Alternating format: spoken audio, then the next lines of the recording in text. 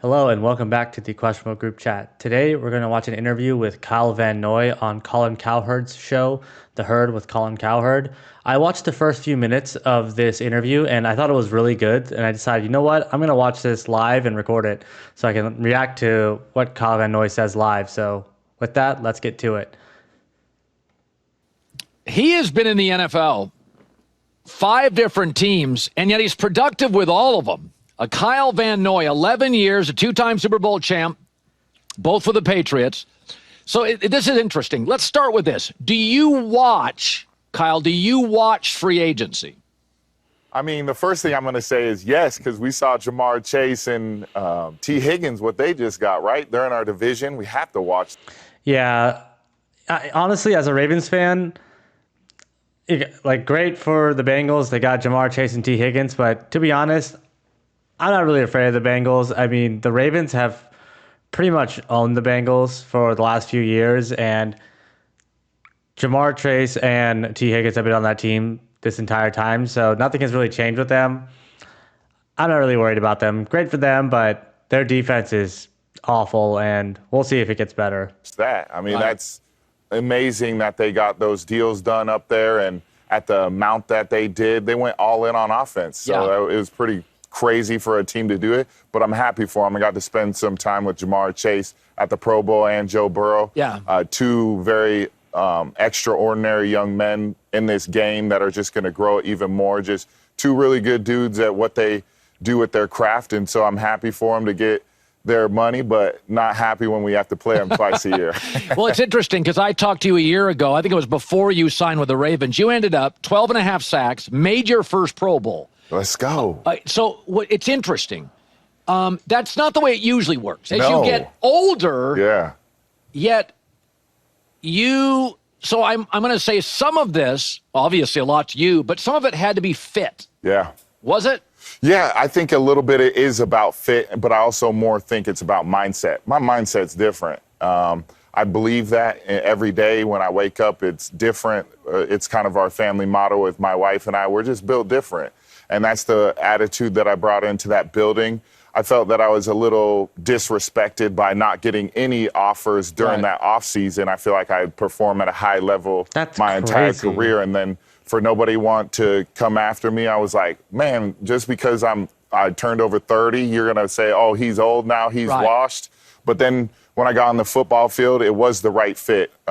Chuck Smith, Coach Harbaugh really just kind of let me do my thing, really put that leadership role on me, and I was able to not think with Mike Mack, and now I don't have to think with Zachary Orr.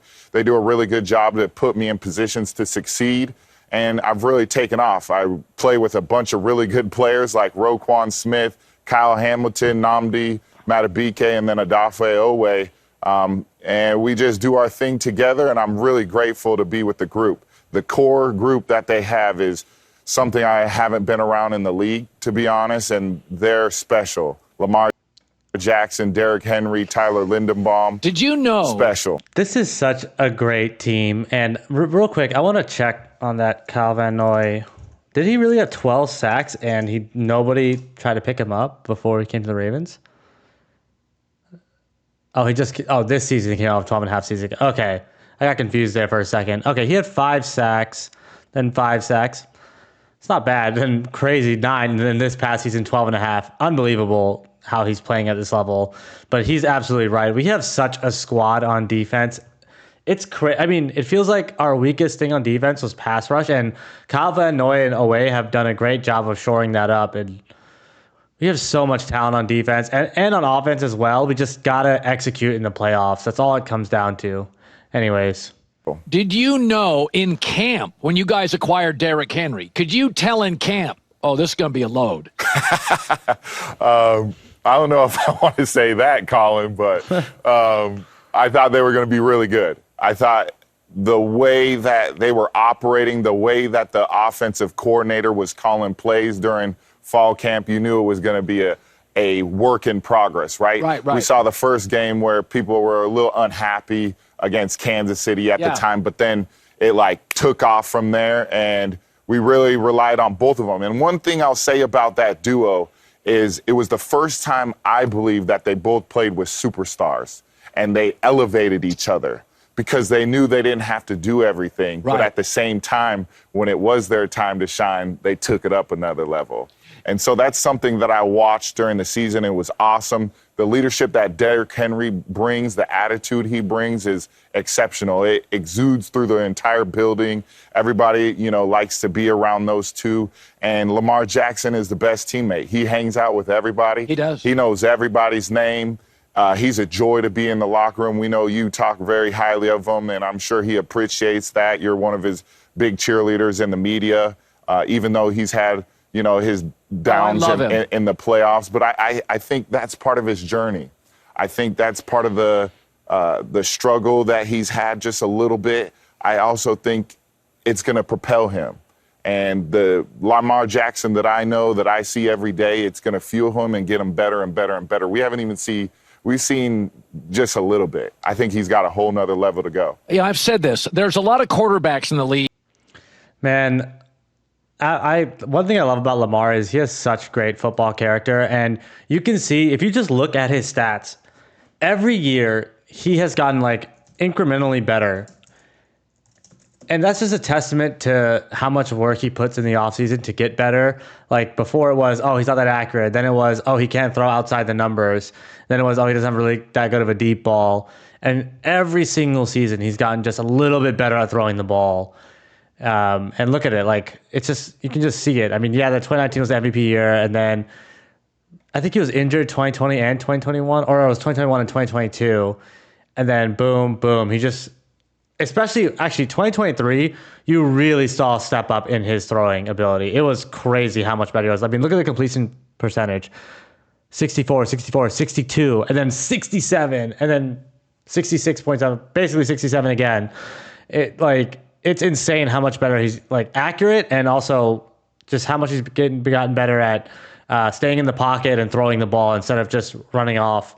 It's crazy how much better he's gotten. Anyways, let's get back to it. There's not a single quarterback that defines the city and the team like Lamar. I love Mahomes, but that's as much Andy Reid as anybody. Yeah, you could make that argument, yeah. Yeah, I would, and by the way, I love Josh Allen and Joe Burrow.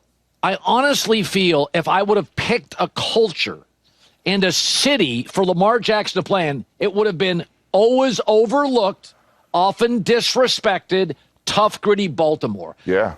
It's weird. It's like you've played with great quarterbacks, that the fact that he knows everybody's name, that's kind of a Brady thing. Yeah, it is. I mean, Tom was the first person that I met when I got traded to New England, came up to me, shook my hand and said, "My name's Tom Brady." And I wanted to be like, "You idiot, I know who you are." Tom's great. He's a great teammate of yours now at Fox, doing a great job speaking at games. I do think Lamar has that. I also think he has a different aura as well because of the play he has. He has that highlight reel play. So it's a different, he does Madden plays. Tom, he's the pocket passer, rhythm passer, does everything great mentally, all that. Lamar can just show up and play. Right. And that's different. Nobody can do that. Only he can do that. And it's so impressive to watch. They're two complete different players. I'm so grateful that I got to play with both of them because Tommy Boy gave me 2 rings. So I'm forever grateful to Big Bro. So it's funny. Dude, it's amazing that Lamar Jackson does that behind the scenes. And he actually has a pretty good relationship with Tom Brady. I think I heard that he was working out with Tom Brady's quarterback coach, or who he works out with in the offseason when he wants to get better at, practice throwing the ball and things of that nature. I've heard Lamar was working with him, and we all saw this year, and I forgot which game it was, but Tom Brady was commentating one of the Ravens games, and he was just highly complimentary of Lamar and his football character and his throwing ability. So I know Brady's a big fan of him, and it's cool to see that he shares some similarities with Lamar, and hopefully that will lead to some success. Hopefully that's not the only thing that they're similar with, Hopefully so I just love the Ravens so much. Funny story that and I don't like calling teams for free tickets. Yeah. It's not my thing. I don't want to owe anybody anything. I got that from my mom. So I called the Ravens, and my daughter was in Baltimore. And I said, oh, God. So I called the Ravens. I said, I'll pay for them.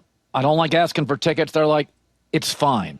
And they sat my daughter right next to Joe Burrow's parents. Yeah. Thank God I'd been nice to Joe Burrow. Yeah. But it's such a class organization. What is it about Harbaugh? Yeah.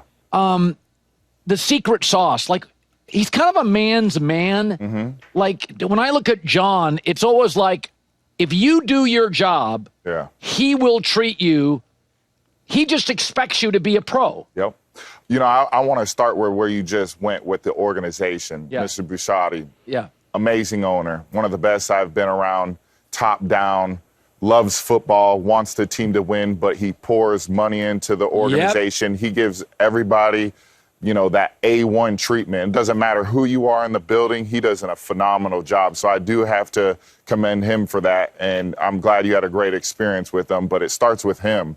And then with John Harbaugh, I just believe for him, what separates him is his relationships to players. He truly cares about what you think and how you see things. And he literally goes up to anybody and will ask, and he takes tidbits from everybody and he puts it into his program. He doesn't just focus on, you know, his way or the highway. He adjusts. That's why he's lasted so long. It's an adapt or die mentality. If you stay the same for so long, you're not going to improve. You're not going to get better. You're not going to keep this excellence.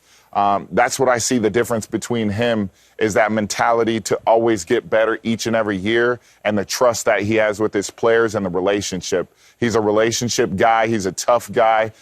He likes to get after it in the weight room himself every single day at 5 o'clock.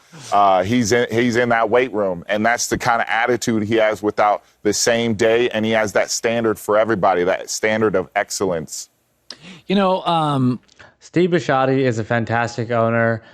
I think he's done such a great job with keeping Ozzie Newsome on, and then when it was time to let Ozzie go, they had Eric DeCosta come in, who is, I think he's, if not the best GM in the NFL, top 3. On top of that, John Harbaugh, he's had his moments. There are moments where a lot of people question what the hell Harbaugh is doing. But he's gotten better at that. He's improved at that. This season, towards the end of the season, he didn't have those, you know, Harbaugh gaffes of not calling a timeout or going for it on 4th down when maybe kicking the field goal is a better idea. He's had those moments. But for the most part, he's been great. I mean, he made it to the AFC Championship. He made it to the divisional. And, of course, we lost. But I don't think those losses were on Harbaugh. I think a lot of those losses were on Mark Andrews and also Lamar Jackson, just not executing. And you could say that's coaching, but I don't know. I don't think Harbaugh's at fault for the execution. We're going into an NFL draft. And one of the things about football, Matt Slater's a guy you played with in New England. Yeah. Like 19 years or something in the NFL. Yeah. So much of what you bring when I listen to you talk is about professionalism. Mm-hmm. Okay. And if you could sit down with young football players and just say, listen, I'm going to give you 2 things about pro football. Okay, you didn't go to a football factory, though BYU's a great school. Yeah. It's a really good program. It is. And they've done a great job through the years of getting players ready for pro football. And again, a school that has adults. I mean, we got good ones. Puka. We got Fred Warner. Oh, I know. No, it's always delivered NFL quality guys. Good program. What would you tell a young guy? I'm a linebacker. I'm from Texas A&M. That's 4-star. What would be the 2 things you'd say, okay, young man, here's the difference with pro football? Oh, man. Listen, you don't know everything. And 2, put your head down and work. And I mean, work smart and hard. Those are the 2 things I would say. I would say, listen to your OGs, listen to what's happening around, scope it out, and work hard. Put your head down and work smartly. And you put those 2 together, I think you'll be really successful. I think too many guys come in with the mindset they know it all, which some of them do know a lot. But I think there are some players that have played a really long time. There's coaches that have coached a really long time. So you should listen. Yep. You should listen to the players. You should see how professional players, this guy works, this guy, how he handles his business. And then the smart work of, you've already put in the work to get here. Continue to do that, but add stuff to that. That's where that smart comes in. Add this to your game. Okay, that guy's doing a little extra work. I'm going to put that into my game. That guy's on the jugs a little bit more. I'm going to put that in my game. Something that Julian Edelman did was he paid a equipment guy at our facility in New England, and he would pay him every year to shoot extra jugs at him, and he would catch so many balls each and every day. I know Zay Flowers does the same thing in Baltimore. So there's different nuggets that you can see. Damn, that is crazy. Wow. I mean, Zay Flowers is our best receiver, and he does have really good hands, except for, what happened in the AFC Championship. But that's more of holding on to the ball than whatever. Anyways, doesn't matter. He's good at catching the ball, and that's pretty cool to hear that he actually pays the equipment guys extra to catch more balls to the judge. You just watch. Something I picked up for when I was a professional as a rookie was Calvin Johnson, an amazing superstar receiver. He did conditioning in the morning. And so my ass did conditioning in the morning. Him, Coach Caldwell, myself. I just watched. I didn't play as much as I did, but I knew that once I did, with the preparation that I had, learning from Calvin Johnson, learning from Rasheed Mathis, the study he did, the Glover Quinns, asking all the questions that he did. Over the years, I knew when I was going to get my shot. I knew I was going to be ready. And I think just being able to listen, just being able to put that head down and work smartly helped me become the professional that I am today. As you get older, again, you're a Pro Bowler, 12 and a half sacks. Let's say it's November. You're in week 10, 11. You're banged up. You have a little bit of a semi-high ankle sprain. Do I have a bye week or I already had it? Nope. Already had it. Okay, bummer. And you're you can play, but you're dinged up. Have you found your diet has changed since your rookie year? Oh, yeah. And let's talk about that. So what do you do? Let's talk in season, because we all know by Thanksgiving, everybody's beat up. Yeah. And it's not like just, I'm a little tired. It's, I hurt in multiple places. Yeah. How has it changed your diet and prep? That's a really good question. I think it's funny. I even change it in the off season. For example, I heard you being a big health guy earlier, magnesium. That's awesome for you. Something I just did was a 72-hour water fast. I didn't eat for 72 hours. I just did straight water just to get my system flushed out and just feel good. And it was hard for the first 2 days. And then that third day, it was like clarity. It was like spiritual experience. It was amazing. But it was just a reset on my body, just to get all the gunk that I had. I went to a family vacation in Maui. I ate very good, but I wanted to reset to get ready for this season. And I literally start from the ground up, just like I did with my body. I work with my feet and go all the way up to my head. And I do the same thing with my diet. I start from the ground of doing this 72-hour water fast, and then it's like, okay, we're on this eating healthy path, and it's a lot of meat and vegetables. That's basically it. I don't like to do carbs until the day of the game because that helps you fuel you, but I really stay away from carbs during the season to feel good, feel light, and then before the game, I'll put on a couple extra pounds to get it going. Is there a team in the league that you just can't hide your disdain for them? Like when you play them, like you just... They know it. Those teams know it. They know. The Buffalo Bills, they know. I played them all those years. Deion Dawkins, Josh Allen, they know. You play them angry. Yeah, I mean, Patrick Mahomes, he knows. Him and Travis Kelce. And then recently it's been the Steelers. And I don't think it's more so the Steelers players. They're relatively good. A couple of them, but it's been more the coaches. Like, it's stuff on the sideline that no one gets. Oh, man. Kyle Van Noy is talking his shit in this video. He is talking shit about the Steelers in this video. To see that the Mike Dubs haven't picked up, the coaches.